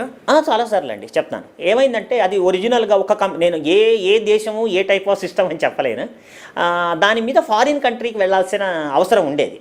కానీ అది ఫైలు మరి ఆర్థిక శాఖ వెళ్ళిన తర్వాత మినిస్ట్రీలో ఇంత ఖర్చు మేము భరించలేము, వాళ్ళ ఇంజనీర్లని పిలిపించి ట్రైనింగ్ ఇస్తామన్నారు. అందుకని ఫారిన్కి వెళ్ళే అవకాశం లేక వాళ్ళు వచ్చి దాదాపుగా ఒక నెల రోజుల పాటు ఒక 5-6 ఇంజనీర్స్ ఆ దేశం నుంచి వచ్చి ఆఫీసర్స్లో ఒక 2-3, పైలట్స్లో ఒక 2-3, కింద పనిచేసే టెక్నీషియన్స్, ఎయిర్మెన్ అంటారు కదా, వాళ్ళలో ఒక 7-8 మంది, అంటే ఒక 10-15 మందికి బాగా ఒక నెల రోజుల పాటు తర్ఫీదు ఇచ్చారు. ఆగ్రాలో మీరు 6 సంవత్సరాలు పనిచేస్తారు? అవునండి. తర్వాత ఎక్కడికి పోస్టింగ్ ఇచ్చారు? ఆ తర్వాత ఆగ్రాలో పనిచేసిన తర్వాత అన్ఫార్చునేట్గా ఆగ్రాలో పనిచేసిన చివరి రోజుల్లో నాన్నగారు సడన్గా పోవటం వల్ల ఒకడే తమ్ముడు, వాడు ఫారిన్లో సెటిల్ అయిపోయాడు. అప్పటికి ఫారిన్లో ఉన్నప్పుడు తల్లి ఆరోగ్యం కొంచెం బాగా దెబ్బతిన్నది. తల్లి ఆరోగ్యం దెబ్బతినేటప్పటికీ ఆవిడ నార్త్ ఇండియాలో ఆ చలికి తట్టుకోలేకపోయింది. సో ఆవిడ హైదరాబాద్లోనే టెంపరీగా తెలిసిన వాళ్ళ ఇంట్లో ఉంచి నేను కొంచెం మరి తల్లిని చూసుకోవాలి, ఇంకెవరూ లేరు, నేను రిజైన్ చేస్తానంటే ఒప్పుకోలేదు. మంచి మెరిటోరియస్ ఇంజనీర్వి, కష్టపడి చేస్తున్నావు, మంచి ఎసెట్ నువ్వు ఉంటే, ట్రైనింగ్ మీద కూడా చాలా ఖర్చు పెట్టి ఉంటుంది కదా ప్రభుత్వం. అప్పుడు రిక్వెస్ట్ చేస్తే హైదరాబాద్ పోస్టింగ్ ఇచ్చారు ఇక్కడ లోకల్గా. ఇక్కడ 2.5 సంవత్సరాలు ఉండి ఇంకా తల్లి ఆరోగ్యం ఇంకా క్షీణిస్తుండటంతో నేను రిజైన్ చేయాల్సి వచ్చింది. సో 11 ఏళ్ల సర్వీస్తో రిజైన్ చేయాల్సి వచ్చింది. కానీ మీరు కార్గిల్ వారు ఆ టైం 99లోనే ఎక్లమటైజేషన్ అంటారు, అంటే అక్కడికి వెళ్ళి కొంత హెల్ప్ చేయటం. అంతకుముందు ప్రతిష్టాత్మకంగా కాశ్మీర్లో ఆపరేషన్ హజరత్ బల్ అని అయింది. తీవ్రవాదులు 92 అనుకుంటాను సెప్టెంబర్ ప్రాంతంలో మహమ్మద్ ప్రవక్త తల వెంట్రుక అత్యంత పవిత్రంగా భావించి అందులో ఉన్నదని ప్రతీతి. దాన్ని టెర్రరిస్టులు ఆక్యుపై చేసి అపవిత్రం చేస్తూ చాలా ముసలి వాళ్ళని, ఆడవాళ్ళని, పిల్లల్ని బందీలుగా చేసుకొని బేసికల్గా ఆర్మీ ఆపరేషన్. సో అప్పుడు మా యూనిట్ చాలా గొప్పగా వాళ్ళకి కావలసినటువంటి రకరకాల పరిజ్ఞానాన్ని అందించి అసలు ఎంతమంది ఉన్నారు లోపల అన్నది మా యూనిట్ ద్వారా, ఆగ్రాలో ఉన్న మా యూనిట్ ద్వారా మేము సహాయం చేయగలిగాం ఆర్మీకి. సో అందులో ఇంజనీర్గా అంటే 24 గంటలు వాళ్ళకు కావాల్సిన సాంకేతిక సహకారం నా కింద పనిచేసే ఎయిర్మెన్లతో మేము అక్కడే కాశ్మీర్లో ఉండి ఆ బేస్లో ఆర్మీకి ఎంతో సహాయం చేయగలిగాం. దానివల్ల వాళ్ళు చాలా సత్వరంగా అక్కడ టెర్రరిస్టుని పట్టుకొని చివరికి వాళ్ళు సరెండర్ అయినట్టు బయటకు వచ్చి ఆ టైంలో మళ్ళా వాళ్ళ దుస్తుల్లో దాచుకున్నటువంటి ఆయుధాలని, పిస్టల్స్ని, మెషిన్ గన్స్ని విచ్చలవిడిగా ఫైరింగ్ చేశారు. ఐ స్టిల్ రిమెంబర్ తెల్లవారుజామున 3-4 వాళ్ళకి సహాయంగా మేము కూడా ఫైర్ చేయగలిగాము. చాలామంది టెర్రరిస్ట్ ఎలిమినేట్ అయిపోయారు. సో ఎలిమినేట్ అయిపోయిన తర్వాత అది ఆపరేషన్ అంటే మీ బేస్ క్యాంప్ మీద వాళ్ళు అటాక్ చేస్తారు. మేము లొంగిపోతున్నాము అని నమ్మబలికి చేతులు పైకెత్తి వచ్చినట్టు వచ్చి ఆర్మీ సోల్జర్స్ దగ్గరికి వెళ్ళి చెక్ చేసే టైంలో బట్టల్లో దాచుకున్నటువంటి ఇంకా ఎక్స్ట్రా వెపన్స్ తీసి కాల్చడానికి ట్రై చేశారు. సో దానివల్ల కొంతమంది వీర సైనికులు ముద్దుబిడ్డ భారతమాతకి బలైపోయారు. బాధాకరమైన విషయం. అటువంటి మోసం చేశారు వాళ్ళు. మేము సరెండర్ అవుతున్నాము, ఆయుధాలతో పైకి వచ్చి ఆయుధాలతో తల ఎత్తి మేము సరెండర్ అవుతున్నాం అని చెప్పి దగ్గరికి వచ్చేటప్పటికీ తీసి. మీరు ఏ విధంగా దాన్ని? సో కొంచెం వెనకాల నుంచి సపోర్ట్లో ఉన్నాము. బేసికల్గా ఎయిర్ ఫోర్స్ అంతా టెక్నికల్ సపోర్టే. బట్ అక్కడ పడిపోయినటువంటి అవసరమైతే ఫైర్ అని చెప్పి ఆర్మీ కమాండరు అనగానే వ్యక్తిగతంగా మేము కూడా కాల్చాము. ఇంకెవరూ మిగల్లేదు.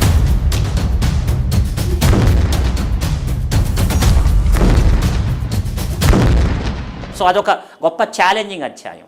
కార్గిల్ వార్లో కూడా వాళ్ళకి అవసరమైనటువంటి కొంత ఇన్ఫర్మేషన్, అంటే ఎంతమంది ఉన్నారు పైన ఆక్యుపై చేసుకున్న కొండలపైన ఎంతమంది ఉన్నారు ఏమిటి అన్న సమగ్ర సమాచారం. ఎందుకంటే కింద ఆర్మీ ఉండి ప్రధానంగా ఆర్మీ ఆపరేషన్, కానీ కొండపైన ఎంతమంది ఉన్నారని తెలియదు. సో అప్పుడు శాటిలైట్ పరిజ్ఞానం కూడా అంత లేదు, తక్కువగా ఉంది. మన సొంత శాటిలైట్స్ లేవు. మనం ఫ్రాన్స్, అమెరికా మీద ఎక్కువ ఆధారపడాల్సి వచ్చింది. అప్పుడు మేము మా అధీనంలో ఉన్నటువంటి విమానాల ద్వారా ఆ ఇన్ఫర్మేషన్ చాలా సులువుగా మేము గ్యాదర్ చేసి ఆర్మీకి ఇవ్వగలిగితే ఆర్మీకి ఒక మంచి వెసులుబాటు దొరికి ఒక మార్గం ఏర్పడి వాళ్ళు యుద్ధాన్ని త్వరగతిలో కంప్లీట్ చేయడానికి గొప్ప అవకాశం దొరికింది. సో ఆ రకంగా కొంత. సరే, ఈ 2 ఆపరేషన్లో అంటే మీరు టెక్నికల్ డిపార్ట్మెంట్ అయినా దేశ సేవ చేయడానికి మీరు స్వయంగా అందులో ఇన్వాల్వ్ అవ్వడం, ఫైర్ చేయడం, కార్గిల్ వార్లో కూడా వాళ్ళకి ఒక రూట్ మ్యాప్ ఇచ్చారు. మీరు ఎంత అంటే నేను మా యూనిట్ ఇచ్చింది, దానికి సపోర్ట్గా ఇంజనీరింగ్ సపోర్ట్గా నేను నా టీం. ఈ 2 టీములు 2 ఆపరేషన్ చేసేందుకు మీకు ప్రభుత్వం కానీ మీ డిపార్ట్మెంట్ కానీ మీకు ఏ విధంగా గుర్తు? అంటే ఎక్కడ ప్రమోషన్స్ ఆగలేదు, కమెండేషన్స్ అని వస్తాయి. సో కమెండేషన్ వచ్చింది ఒకటి, కానీ ప్రత్యేకంగా అంటే ప్రత్యక్ష యుద్ధం చేసింది ఆర్మీయే, దానికి బాంబింగ్ అది చేసింది ఎయిర్ ఫోర్సే. బిహైండ్ మేము ఉన్నాం కాబట్టి అంత ప్రత్యేకంగా, ఎందుకంటే కామన్ మా డ్యూటీలో ఒక ఆపరేషన్ అయిందంటే ఒక వ్యక్తి కాదండి, దానికి ఒక టీం వర్క్ ఉంటుంది. అవునవును, ఆ టీం వర్క్లో మీరు ఒకరు ఉన్నారు. మేము ఇచ్చారు, కమెండేషన్స్ వచ్చాయి. సార్, ఇంత సర్వీస్ చేశారు, సినీ కళాకార రంగం నుంచి దేశ సేవ చేయడానికి వెళ్ళారు, సైనికుడిగా వెళ్ళారు. అక్కడ అంటే కుటుంబ పరిస్థితి చూడలేక రావాల్సి వచ్చిందా? తప్పనిసరిగా ఇంకేం, ఎందుకంటే ఎవరు లేరు ఇక్కడ చూసుకోవటానికి, ఇంకా ఇద్దరమే అన్నదమ్ములము, ఒకడు అందుబాటులో లేకపోయాడు. అందుకని చాలా బాధగానైనా కొంచెం పల్లి ధర్మం ముఖ్యం అనుకొని కొంచెం తర్వాత ఆవిడని ప్రశాంతంగా 22 ఏళ్ళు చూసుకోగలిగాను. 2 ఏళ్ల క్రితమే ఆవిడ వయసు పెద్ద అయిపోయి ఆవిడ ప్రశాంతంగా వెళ్ళిపోయారు. సో అంటే మీరు అక్కడి నుంచి రిజైన్ చేసి వచ్చినా అప్పుడప్పుడు మీకు అక్కడ జరుగుతున్న సంఘటనలు చూసినప్పుడు ఏమనిపిస్తుంటుంది? నేను ఉంటే ఇంకొంచెం నా తరఫున, ఎందుకంటే భగవంతుడు ఇచ్చినటువంటి ఆకలింపు ఒకటి నాకు బాగా ఉంది, తెలివితేటలు ఆకలింపు. ఒక సమస్య వస్తే దాన్ని వెంటనే ఎటువంటి సొల్యూషన్ ప్రొవైడ్ చేయాలి అన్న ఒక మంచి ఆకలింపు ఇచ్చారు. బహుశా ఇంకా ఆపరేషన్స్లో నేను గనక పాల్గొని ఉంటే స్వతంత్రంగా ఎయిర్ ఫోర్స్ టేకప్ చేసిన ఆపరేషన్ కానివ్వండి, ఆర్మీ టేకప్ చేసిన, సో నా పాత్ర ద్వారా ఇంకా ఎక్కువ సేవ నేను చేయగలిగి ఉండేవాడిని నేను. సో కొన్ని వ్యక్తిగతమైన కారణాల వల్ల మధ్యలో ఆ బ్రేక్ పడ్డాయి. దానికి నేను ఈ రోజుకి చింతిస్తూనే ఉంటాను. ఫుల్ లెంత్ సర్వీస్ చేసి ఉంటే నా వ్యక్తిగతమైనటువంటి ఎదుగుదల అన్నది పక్కన పెడితే, ప్రమోషన్స్ కానివ్వండి వగైరా, బట్ ఎంతో ఇష్టపడి యూనిఫామ్ వేసుకొని వెళ్ళింది సగం వరకే నేను చేయగలిగాను. మిగతా సగము అన్న అసంతృప్తి కానీ బాధ కానీ ఇప్పటికీ కలుగుతూ ఉంటుంది. ఓకే సార్, ఇటీవల జరిగిన ఇష్యూ తీసుకుంటే జమ్మూలో అంటే మీరు సర్వీస్లో ఉన్నప్పుడున్న శత్రువులు ఏ విధంగా టెక్నాలజీ వాడేవారు, ఇప్పుడు కార్గిల్ లాంటి విషయాలు తీసుకుంటే శాటిలైట్ లేకపోయినా అక్కడ ఎంతమంది ఉన్నారనేది మీరు ఐడెంటిఫై చేయడం, ఒక రూట్ మ్యాప్ అవడం చేశారు. కానీ ఇప్పుడు టెక్నాలజీ పెరిగింది, డ్రోన్ల వరకు వచ్చారు వాళ్ళు. మన జమ్మూ ఎయిర్ బేస్ క్యాంప్ మీద కొట్టినప్పుడు అటువంటి డ్రోన్ల మీద దాడి చేస్తారు మన వాళ్ళని మీరు ఏమైనా ఇంతకుముందు ఐడియా చేశారా? ఒకవేళ ఇటువంటి సంఘటనలు ఇకపై జరగకుండా ఉండాలంటే మన దగ్గర, మన సైన్యం దగ్గర దాన్ని అడ్డుకునే శక్తి ఉందంటారు? శక్తి అయితే ఖచ్చితంగా ఉందండి. ఎందుకంటే ఇప్పుడు మనం ఒక 10-15 ఏళ్ళ నుంచి చూస్తుంటే డిఆర్డిఓ చాలా అద్భుతమైనటువంటి ఆయుధ వ్యవస్థలు, దీనికి సంబంధించిన నిఘా వ్యవస్థలు, ఇస్రో కూడా మంచి మంచి కార్టోసాట్, రియోస్టాట్ లాంటి సెటిలైట్స్ ప్రయోగించి మనకి చాలా అద్భుతమైన సాంకేతిక పరిజ్ఞానం ఇస్తుంది. ప్రపంచంలో ఏ దేశానికి, America, Russia, China super powers ఎవరు తీసుకున్నా కూడా వాళ్ళకి ఏమాత్రం తీసిపోయినటువంటి ఆయుధ సంపత్తిని డిఆర్డిఓ ఇస్తుంది. అందువల్ల మన దగ్గర లేదు అంటానికి లేదు. అయితే ఇక్కడ నాకు వ్యక్తిగతంగా అనిపిస్తుంది ఏమిటంటే, వీళ్ళు గత 3-4 ఏళ్ళగా, ముఖ్యంగా పాకిస్తాన్, చైనా నుంచి అటువంటి వార్తలు రాలేదు. అయితే పాకిస్తాన్ ద్వారా చేయిస్తోంది. ఎందుకంటే చైనా నుంచి డ్రోన్ల ద్వారా లోపలికి రావడం అంత ఈజీ కాదు. ఎందుకంటే హిమాలయాలు పెట్టని కోటగా ఉన్నాయి. సో ఏమవుతుంది, చిన్న తేలికపాటి డ్రోన్, చిన్న సైజు హెలికాప్టర్, అది ఎటువంటి ఆటంకులు అడ్డంకులు లేకుండా అవతల వైపు భూభాగంలోకి చొచ్చుకు వెళ్ళాలంటే అంత సులభం కాదు. ఎంతో ట్రైనింగ్ ఉన్న పైలట్ ఒక యుద్ధ విమానాన్ని హిమాలయ ప్రాంతాలలో ఎటువంటి ఆటంకాలు అవి లేకుండా కష్టపడి వెళ్ళాలంటేనే చాలా గొప్ప ఛాలెంజ్. అలాంటిది చిన్న డ్రోన్కి కష్టం. అందుకని నా ఉద్దేశంలో చైనా ఏం చేస్తోంది, ఈ డ్రోన్ టెక్నాలజీలో భారతదేశాన్ని పరోక్షంగా ఇబ్బంది పెట్టడం. ఇప్పుడు ఒక సామెత ఉన్నది, నీకన్నా శత్రువు బలవంతుడైనప్పుడు ఒంటి మీద 1000 ఘాట్లు నిరంతరం పెడుతూ వాడిని హింసిస్తూ ఉండి జీవితాంతము అన్నది ఒక యుద్ధ సూత్రం ఉన్నది. 100% పాకిస్తాన్ అది చేస్తుంది. వాళ్ళు 4 యుద్ధాలతో ఓడిపోయారు. మొదటిసారి 1947-48లో ఓడిపోయారు. 65లో లాల్ బహదూర్ శాస్త్రి గారు ఉన్నప్పుడు రాన్ ఆఫ్ కచ్ వార్లో ఓడిపోయారు. సరే, ఇంకా 71 బంగ్లాదేశ్ విముక్తి ఇందిరాగాంధీ గారి నేతృత్వంలో దాదాపుగా వాళ్ళు చావు దెబ్బతిన్నారు. ఆ తర్వాత కార్గిల్ యుద్ధంలో చావు దెబ్బతిన్నారు. సో వాళ్ళకి లోపల రగిలిపోతుంది. ఏదో రకంగా కాశ్మీర్ని కబ్జా చేయాలన్నది కాక 4 సార్లు చైనా, అమెరికా సపోర్ట్తో, ఈ రోజంటే అమెరికా సపోర్ట్ లేదు, 1971లో అమెరికన్స్ ఇచ్చినటువంటి సాబరే జెట్స్ ఉపయోగించి కూడా ఓడిపోయారు. సో వాళ్ళకి ఆ లోపల కక్ష నిరంతరము పెళ్ళుబిక్కుతోంది వాళ్ళకి. సో వాళ్ళు ఏం చేస్తున్నారు, గత 3 ఏళ్లుగా డ్రోన్స్ సహాయంతో టెర్రరిస్టులకి పాకిస్తాన్ నుంచి రాత్రిపూట ఎప్పుడు పడితే అప్పుడు వాళ్ళకి కావాల్సిన ఆయుధాలు, కరెన్సీ, గంజాయి ఇటువంటివి ఇచ్చి భారతదేశానికి టెర్రరిస్టులు నేల మార్గం ద్వారా టైట్ అయిపోయినప్పుడు వాళ్ళు డ్రోన్ల సహాయం తీసుకుంటున్నారు. ఇది డ్రోన్ ఎలా పనిచేస్తుంది చెప్పండి. డ్రోన్ అనేది మన ప్రేక్షకుల కోసం చెప్తాను. డ్రోన్ అనేది ఒక చిన్న హెలికాప్టర్ లాంటిది. అందులో ముఖ్యంగా రోటార్ అనే వ్యవస్థ ఉంటుంది. ఈ రోటార్ అంటే ఏంటంటే, ప్రొపెల్లర్ ఉంటుంది పైన, ప్రొపెల్లర్ కింద మోటార్ ఉంటుంది. ఈ ప్రొపెల్లర్ ఏం చేస్తుందంటే తిరుగుతుంది, తిరిగి ప్లస్ దాని బ్లేడ్స్ కూడా తిరుగుతుంటాయి. ఈ రెండూ తిరిగినందువల్ల ఏమవుతుందంటే డ్రోన్ అడుగు నుంచి వ్యతిరేకమైనటువంటి థ్రస్ట్ డెవలప్ అవుతుంది. దానివల్ల ఆకాశంలోకి ఎగురుతుంది. బెర్నూలీ ప్రిన్సిపల్ని కొంచెం జాగ్రత్తగా వాడుకోవడం. విమానాలు కూడా అలాగే ఎగురుతాయి. సో ఆ గాలి ఒత్తిడి, పీడనం, థ్రస్ట్ ఏదైతే డెవలప్ అవుతుందో అది ఆకాశంలోకి ఎగురుతుంది. దాని లోపల యాక్సిలరోమీటర్స్ అని ఉంటాయి, ప్లస్ జైరోస్కోప్స్ ఉంటాయి. ఈ జైరోస్కోప్స్లో లేజర్ జైరోస్కోప్స్ ఉంటాయి, చాలా సొఫిస్టికేటెడ్. వాటిని రేడియో కంట్రోల్ ద్వారా, అంటే మన బొమ్మలతో ఎలా కంట్రోల్ చేస్తామో, ఇవి పెద్దవి కాబట్టి కొంచెం దానికి హై ఫ్రీక్వెన్సీ కావాలి, దాన్ని గెగా హెడ్స్ అంటారు. సో వాటిని మాస్టర్ కంట్రోల్ రూమ్ నుంచి నియంత్రిస్తారు. అక్కడి నుంచి లాంచ్ చేసి, అంటే పాక్ ఆక్యుపైడ్ కాశ్మీర్, పాక్ ఆక్రమిత కాశ్మీర్లో ఒక సేఫ్ పొజిషన్లో కూర్చొని చిన్న కంట్రోల్ రూమ్ పెట్టుకొని అవి టేక్ ఆఫ్ అవుతాయి. వీళ్ళు ఇక్కడి నుంచి కంట్రోల్ చేస్తారు. అవి ఏంటి, తక్కువ ఎత్తులో ఎగరచ్చు, ప్లస్ ఎక్కువ ఖర్చు కాదు. ఇప్పుడు ఒక పైలట్ ఒక యుద్ధ విమానాన్ని తయారు చేసి, ఒక పైలట్ని తయారు చేసి శత్రుదేశం లోపలికి పంపించాలి అంటే కొన్ని కోట్లు ఖర్చు అయిపోతాయి. First point. ఒకవేళ డబ్బుకు వెనకాడకుండా పంపించినప్పటికీ అత్యంత విలువైనటువంటి ప్రాణాలు, పైలట్ యొక్క ప్రాణాలు, విమానం యొక్క ఖర్చు అన్నీ నాశనం అవుతాయి. వాటి బదులు ఒక 10-15 డ్రోన్లను అవలీలగా పంపించి వాళ్ళు 3 రకాల 4 రకాల పనులు చేయొచ్చు. ఇంతకీ నేను చెప్పినట్టు ఇప్పుడు ఈ యాక్సలరేటర్ ఏం చేస్తుందంటే జైరోస్కోప్స్ రెండూ కలిపి ఈ డ్రోన్ని ముందుకి, వెనక్కి, పక్కకి, పైకి, కిందకి అవలీలగా కంట్రోల్ చేయొచ్చు. సో ఈ రకంగా ఒక చిన్న బొమ్మలాగా కంట్రోల్ చేసేది పెద్దదాన్ని తీసుకొని, అది గొప్ప యుద్ధతంత్రం డ్రోన్. అది వాళ్ళు బాగా వాడుతున్నారా, మనం బాగా వాడగలుగుతున్నావా అన్నది వేరే విషయం. సో అవి ఏం చేస్తున్నాయి, 2-3 భూమికలు నిర్వర్తిస్తున్నాయి. ముందు వాటిలో మంచి హెచ్డి కెమెరాస్ పెట్టి లైవ్ పిక్చర్స్ తీసుకుంటారు. ఓకే, నేను ఇక్కడి నుంచి లోపలికి వెళ్తున్నాను, ఎంతమంది ఆర్మీ ఉంది, ఎన్ని రాడార్స్ ఉన్నాయి, ఎట్లా పనిచేస్తున్నాయి, అంటే అవతల శత్రు దేశం యొక్క ఆయుధ వ్యవస్థ ఎలా ఉన్నది, కాపలా ఎలా ఉన్నది, వాళ్ళు రక్షిస్తున్నటువంటి స్థావరాలు ఎలా ఉన్నాయి, అదేంటి ఒక ఎమ్యునేషన్ డిపో, మందుగుండు కావచ్చు, యుద్ధ ట్యాంక్స్ కావచ్చు, ఆర్టిలరీ కావచ్చు, రాడార్స్ కావచ్చు, వీటన్ని పిక్చర్స్ని లైవ్లో చూపిస్తారు.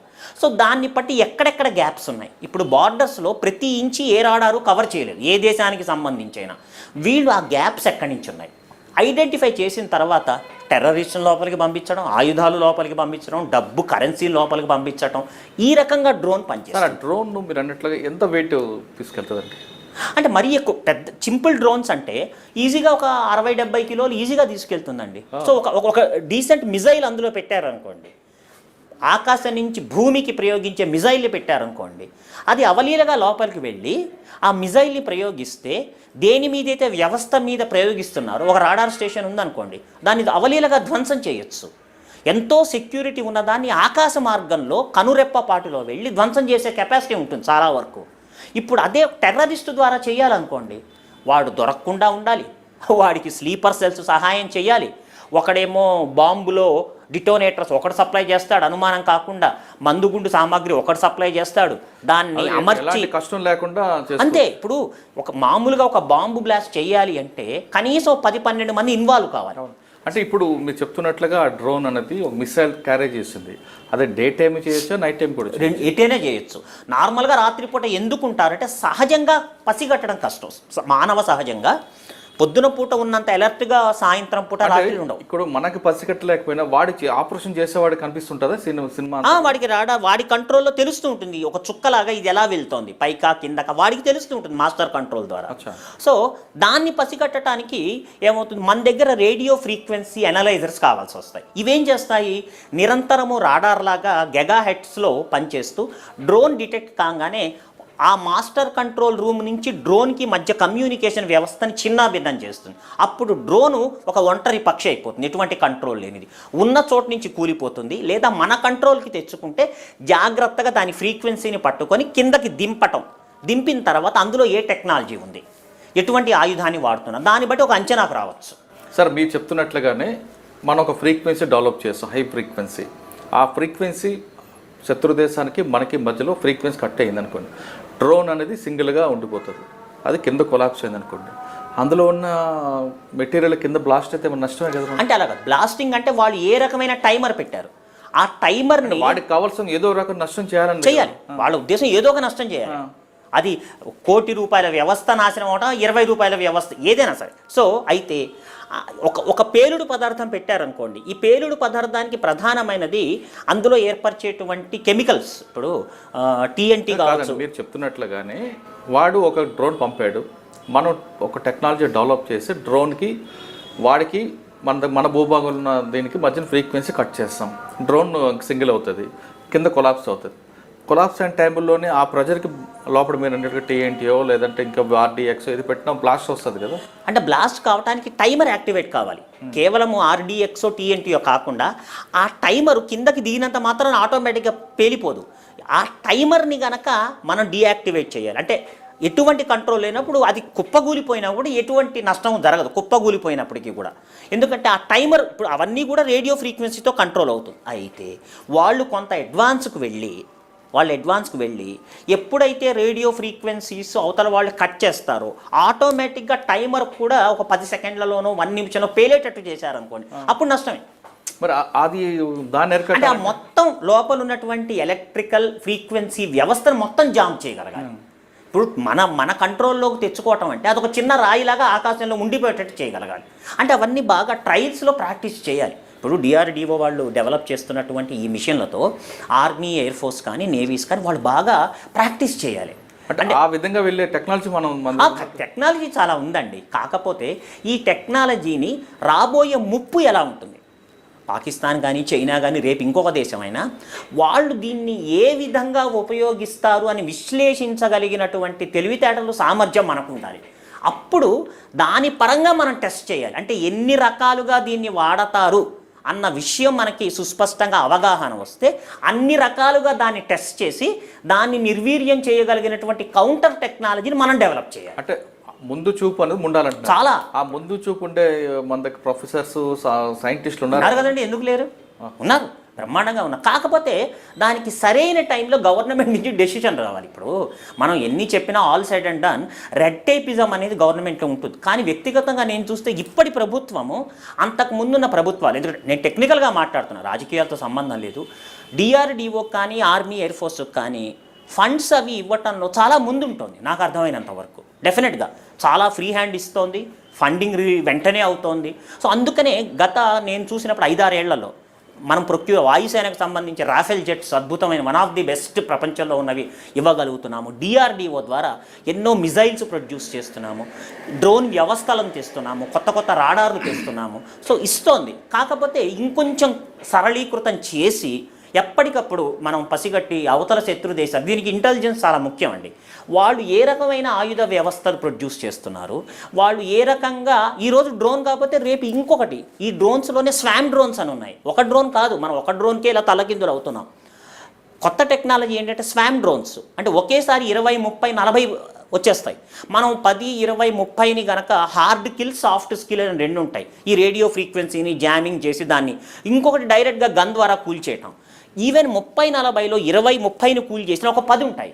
ఆ 10 చేసిన డ్యామేజ్ కూడా చాలు. సో స్వామ్ డ్రోన్స్ అనేవి కూడా లోపలికి రాకుండా మొత్తం వాటిని నిర్వీర్యం ఎలా చేయాలి అన్న దాని మీద డిఆర్డిఓ బాగా ఇంకా ఎక్స్పెరిమెంట్ చేసి తొందరగా చేసి ఆర్మీకి కానీ ఎయిర్ ఫోర్స్ కానీ మనకి ఎంత సత్వరంగా ఇచ్చి దాన్ని ఆపరేట్ చేసే ట్రైనింగ్ కూడా ఇచ్చి ఇవన్నీ ఎంత సత్వరంగా చేస్తే శత్రువు యొక్క ఆలోచనలకు మనం అంత కళ్ళెం కట్టగలిగిన వాళ్ళం. సార్ ఇప్పుడు మన జమ్మూ కాశ్మీర్ అవ్వచ్చు, శ్రీనగర్ అవ్వచ్చు, లేదా ఇంకొకటి ఎక్స్వైజెడ్ బార్డర్కి అనుకూలంగా దగ్గరలో ఉన్న ప్లేన్స్లో అయితే మీరు అన్నిట్లకి మనం చేస్తాం. ఇప్పుడు నిన్న జరిగిన జమ్మూ, అవును, ఇప్పుడు జమ్మూ బార్డర్ నుంచి 12 కిలోమీటర్లు అండి. అక్కడ శ్రీరాంపుర ఏదో ఉన్నాయి అక్కడ 2-3. ఓకే, అక్కడికే మనం ముందే, అంటే మన వరకు రాకముందే ఆ కరెక్ట్గా మనం బార్డర్ దగ్గర పెట్టుకుంటాం. మీరు అన్నిట్లుగా జాంబర్లో పెడతాం, లేదా మన ఫ్రీక్వెన్సీ పెడతాం, లోపలికి రాకుండా.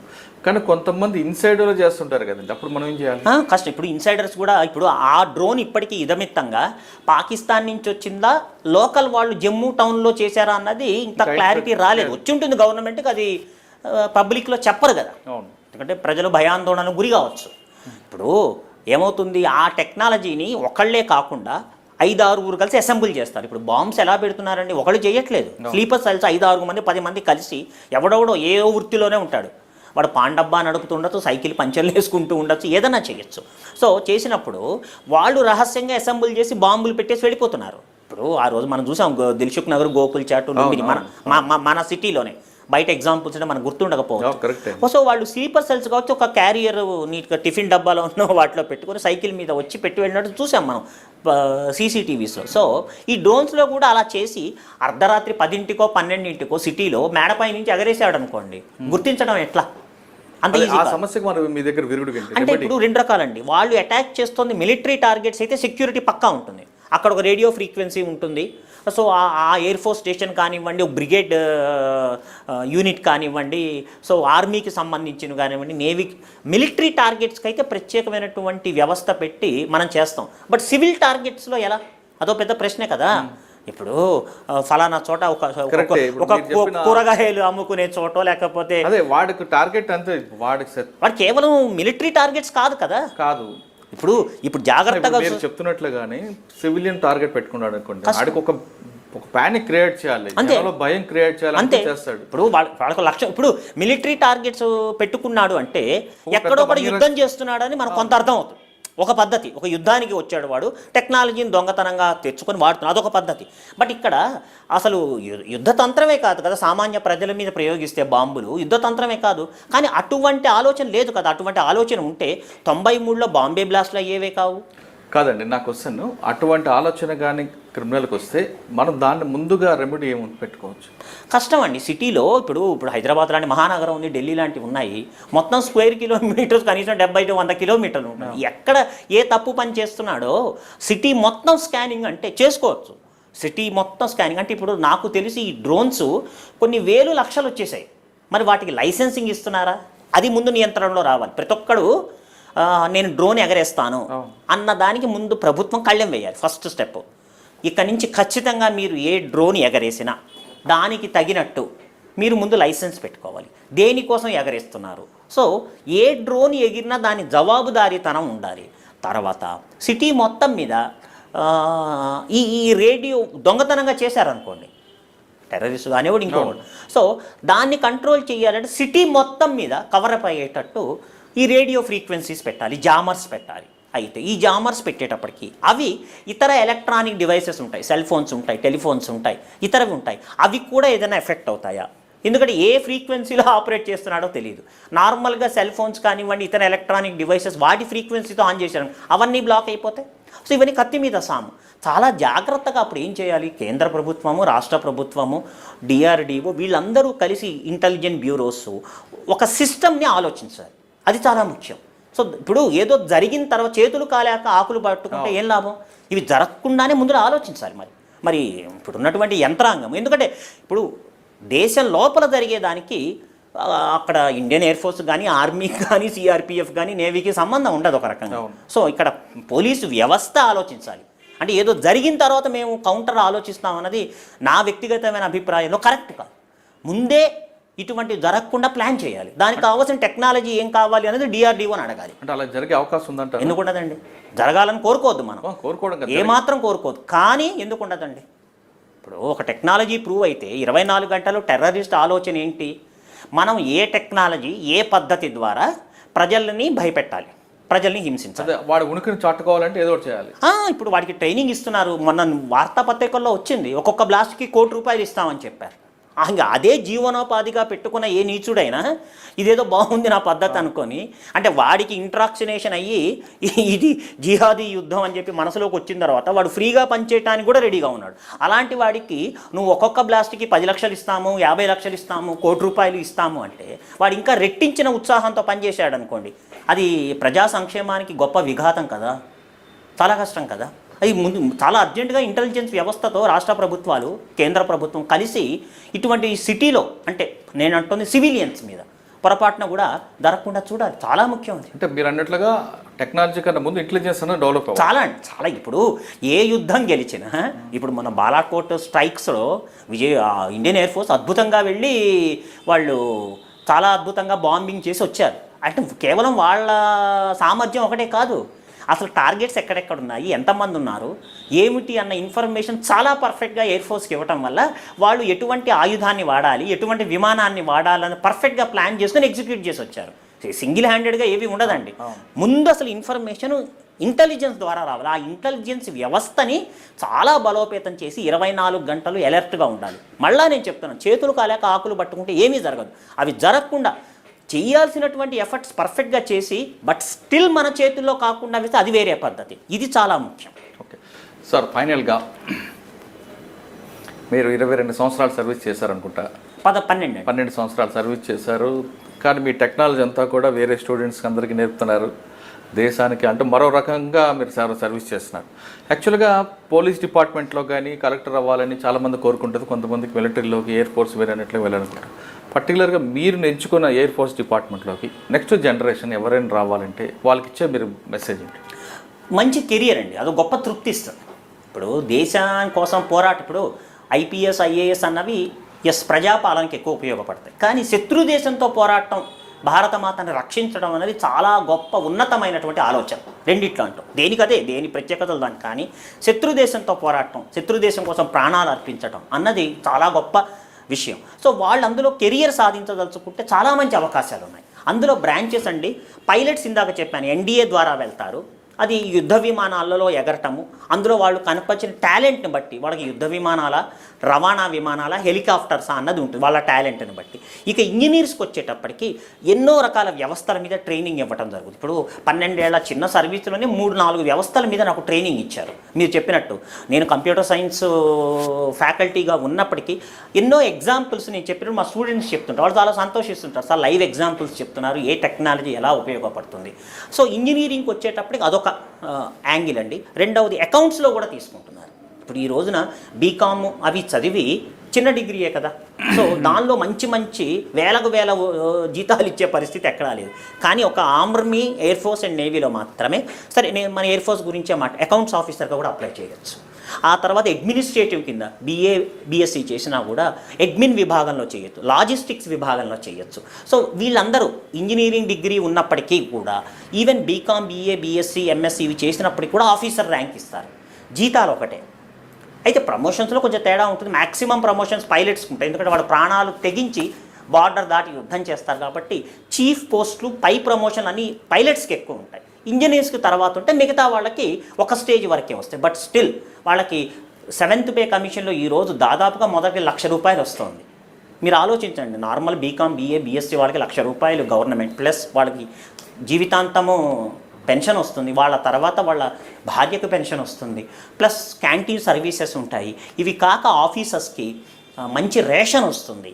దాదాపుగా కుటుంబం అంతా నెలంతా ఈజీగా తినగలిగినంత ఫ్రీ రేషన్ గవర్నమెంట్ ఇస్తుంది. ఇంకొక అద్భుతమైన విషయం ఏమిటంటే IAS, IPS వాళ్ళకు కూడా సాధ్యం కానీ ఎక్కడెక్కడ పోస్టింగ్స్ అంటే నార్త్ ఈస్ట్, మణిపూర్ కానివ్వండి, అస్సాం కానివ్వండి, ఇటువైపు కింద సౌత్ ఇండియా కానివ్వండి, కాశ్మీర్, ఎక్కడికి పోస్టింగ్ వచ్చినా కూడా ఉండటానికి చాలా చక్కటి ఆఫీసర్స్ మెస్ ఉంటుంది. తిండికి, అకామిడేషన్కి ఎప్పుడు ఎక్కడ ఎటువంటి అంటే గవర్నమెంట్ ఇచ్చే ఫెసిలిటీస్ చాలా బాగుంటాయి. కాకపోతే మనం ఆ అకుంఠిత దీక్షతో పనిచేయాల్సి వస్తుంది. నేను ఇన్నింటికి వెళ్తాను, ఇంటికి వచ్చేస్తాను అనేది ఉండదు. సో అక్కడ రిక్వైర్మెంట్ని బట్టి అవసరమైతే రోజుకి ఎక్కువ సార్లు పనిచేయాల్సి కూడా ఉంటుంది. నా 12 ఏళ్ల జీవితంలో నాకు గుర్తున్నంత వరకు సండేస్ ఒక 10-12 మాత్రమే చూశాను నేను. అంటే అంత అంకిత భావంతో చేశాను. సో అట్లాంటి అంకిత భావంతో పని చేయగల దృక్పథం, దేశమాతకు సేవ చేసుకున్నాను అంటే జాబ్ సాటిస్ఫాక్షను, జేబు సాటిస్ఫాక్షన్ రెండూ కూడా చక్కగా ఉంటాయి. అందులో ఎటువంటి అనుమానం అక్కర్లేదు. కేవలం ఆ నిర్ణయం తీసుకోవాలి. ఏదో యుద్ధం వస్తుంది, చచ్చిపోతాము, ఏదో రోజు చచ్చిపోతాం, ఎటువంటి అన్యాయం చేయకుండా ఈరోజు కరోనాతో యుద్ధం చేయట్లేదా? మన తప్పు లేకుండానే ఎన్ని లక్షల మంది చనిపోతున్నారు. మరి అలాంటిది ఈరోజు కూడా మనం ఎంతో గర్వంగా మొన్న కల్నల్ సంతోష్ బాబు గారు ప్రాణత్యాగం చేశారు. మరి ఆయన ఏం తక్కువ హీరో చెప్పండి? సో అంటే జన్మనెత్తినందుకు మనం తల్లి రుణము, తండ్రి రుణము కాకుండా దేశ రుణాన్ని కూడా తీర్చుకునే అవకాశము చాలా వరకు ఈ జాబ్ ద్వారా వస్తుంది. అందుకని యంగ్స్టర్స్కి నేను చెప్పేది ఏంటంటే తప్పకుండా వాళ్ళు 1-10 సార్లు ఆలోచించి, సో అదొక ప్రత్యేకమైనటువంటి సర్వీస్ అండి. ఆ తృప్తి వేరు, నేను చెప్పేది ఒక్క మాటలో. సో ఇప్పుడు యువత కూడా ఆ యాంగిల్లో తప్పకుండా ఆలోచించి ఏమాత్రం అవకాశం ఉన్న ఆర్మ్డ్ ఫోర్సెస్లో, ఆర్మీ కానీ, నేవీ కానీ, ఎయిర్ ఫోర్స్ కానీ తప్పకుండా అప్లై చేసి వాళ్ళ కుటుంబానికి, దేశమాతకి సేవ చేయగలరని ఆశిస్తున్నాను. దేశానికి సర్వీస్ చేయాలనుకుంటే ఖచ్చితంగా ఎయిర్ ఫోర్స్ రండి అంటున్నారు కాళిదాస్ గారు. అంటే ఇక్కడ మన తల్లి రుణం, తండ్రి రుణం ఏ విధంగా తీర్చుకుంటామో, మనకి జన్మనిచ్చిన తల్లికి ఏమి ఇచ్చామో, మన పుట్టిన గడ్డకి రుణం తీర్చుకోవాలంటే ఖచ్చితంగా మన ఎయిర్ ఫోర్స్ కానీ, నేవీ కానీ, ఆర్మీలకు రండి. అంటే ఇక వచ్చిన తర్వాత సినిమా స్టైల్లో కాకుండా ఇక్కడ ఖచ్చితంగా సర్వీస్ చేసామనే ఒక అంకుట దీక్ష, అంకిత భావం ఉన్న వాళ్ళు మాత్రమే రండి. ఏదో సినిమా స్టైల్లో ఉంటుందని మాత్రం కాదు. ఖచ్చితంగా మీరందరూ సర్వీస్ చేయండి, దేశానికి రక్షణగా ఉండండి, దేశాన్ని మనకి సర్వీస్ ఇచ్చినందుకు మీ కుటుంబాలు కూడా మంచి పేరు ఉంటుంది అని చెప్తున్నారు. అంటే ఇక్కడ మరొక ఇంపార్టెంట్ విషయం ఏంటంటే చాలామంది యువత సినిమాల్లో ఊహించుకొని రాకుండా సర్వీస్తో పాటు వాళ్ళ పాకెట్ కూడా హ్యాపీగా ఉండాలనుకుంటే ఖచ్చితంగా ఈ సర్వీస్ ఫైల్లో రండి, దేశానికి సేవ చేయండి. మీరు సేవ చేస్తే మీ తరతరాలకు కూడా పలానా వ్యక్తి ద్వారా ఈ దేశానికి సర్వీస్ చేసామనే పేరు కూడా మీ మిగతా తర్వాత కూడా చెప్పుకోవచ్చు అనేది ఒక మంచి పేరు వస్తుంది. ఇది ఈ వారం మాధవ్ పెద్ది కాళిదాస్ గారి ఎక్సలెంట్ ఇంటర్వ్యూ. వచ్చే వారం మరో గెస్ట్తో మళ్ళీ కలుద్దాం. అంతవరకు నమస్కారం. Hello, this is Renu Desai. Please subscribe to iDream. Subscribe iDream. For more videos, subscribe iDream. Hi, this is Revati Chaudhary. For more videos, please subscribe iDream. For more videos, please subscribe iDream. మీరందరూ కూడా iDream ఛానల్ని subscribe చేయాలని కోరుకుంటున్నాను.